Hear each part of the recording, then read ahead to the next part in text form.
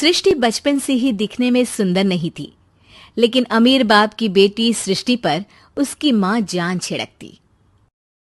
मेरी बेटी कितनी प्यारी है, भगवान सबको सृष्टि जैसी बेटी दे। सृष्टि धीरे धीरे बड़ी होती है। एक दिन सृष्टि की सहेली कहती है, तू दिखने में कितनी अजीब सी है, लेकिन मैं जानती हूँ हम सब में सबसे अच्छी शादी तो तेरी ही होगी। तेरे पापा अमीर जो हैं। और बता नहीं सकते यार, दहेज तो हर कोई देता है, ये क्या ज्यादा ले जाएगी अपने पति के लिए? अरे बड़े शहर में कोठी है इसके पापा की। अरे पापा की है ना, कौन सी इसकी है? इसकी होती तब तो कोई भी लड़का इससे शादी कर लेता। अरे पापा की मतलब पापा की है तो मेरी ही है ना? किसने कहा? अब तेरी तो तब होगी ना जब तेरा भाई ना हो।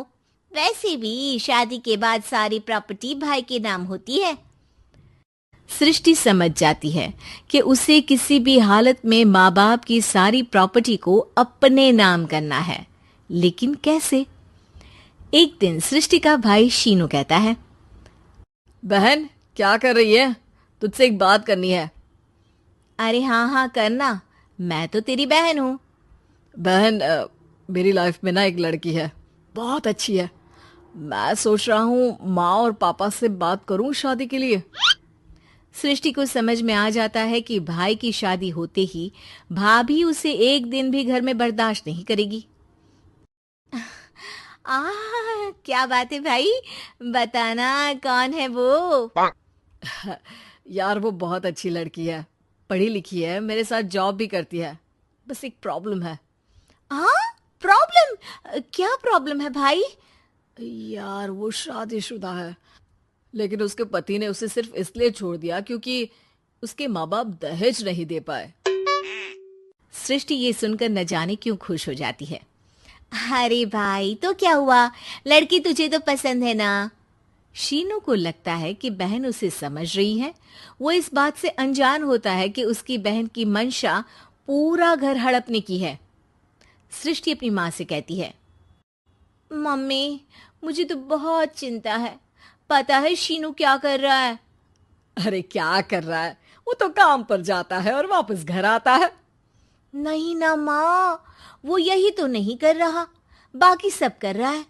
आपको पता है उससे प्यार है, और वो भी एक शादीशुदा लड़की से। हैं?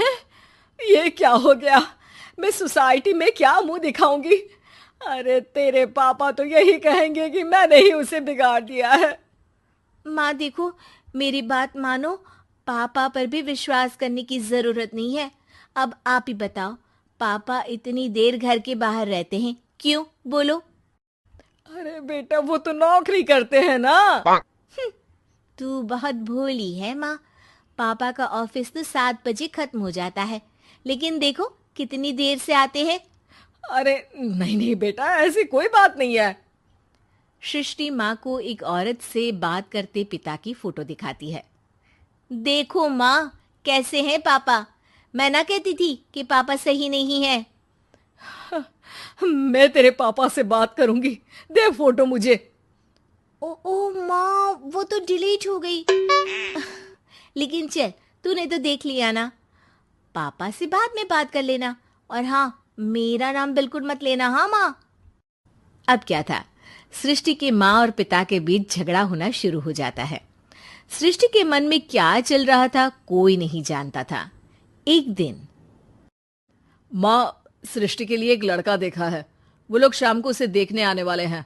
और हाँ माँ, एक खुशखबरी, मैं और पापा मिलकर एक नया बिजनेस ट्राई कर रहे हैं। शाम को लड़का आता है, सांवले रंग का। सृष्टि को तो बिल्कुल भी पसंद नहीं आता। लड़की की माँ कहती है, लड़की का चेहरा तो कोई खास नहीं, लेकिन अगर मेरे बेटे को आप लोग सेटल कर दें तो मैं उसकी शादी आपकी बेटी से करवा दूं। सृष्टि को लड़का बिल्कुल पसंद नहीं था। उसे भाई पर गुस्सा आ जाता है। लड़के वालों के जाने के बाद कहती है, माँ देखा, शीनू मेरे लिए कैसा लड़का लेकर आया, न दिखाने लायक न सुनने लायक, सेटल भी नहीं, वो भी हम करे। अरे माँ मैं जानती हूँ ये मेरी शादी किसी भी घर में क्यों करवाना चाहता है? अरे कैसी बात कर रही है बहन, तूने तो देखा ना, लड़के को मैंने ही मना कर दिया तुझसे शादी के लिए। जिसने लड़का बताया था उसने उसकी बहुत तारीफ की थी। बात आई गई हो जाती है, लेकिन सृष्टि का मन शांत नहीं होता। क्या करूं, कुछ समझ में नहीं आ रहा।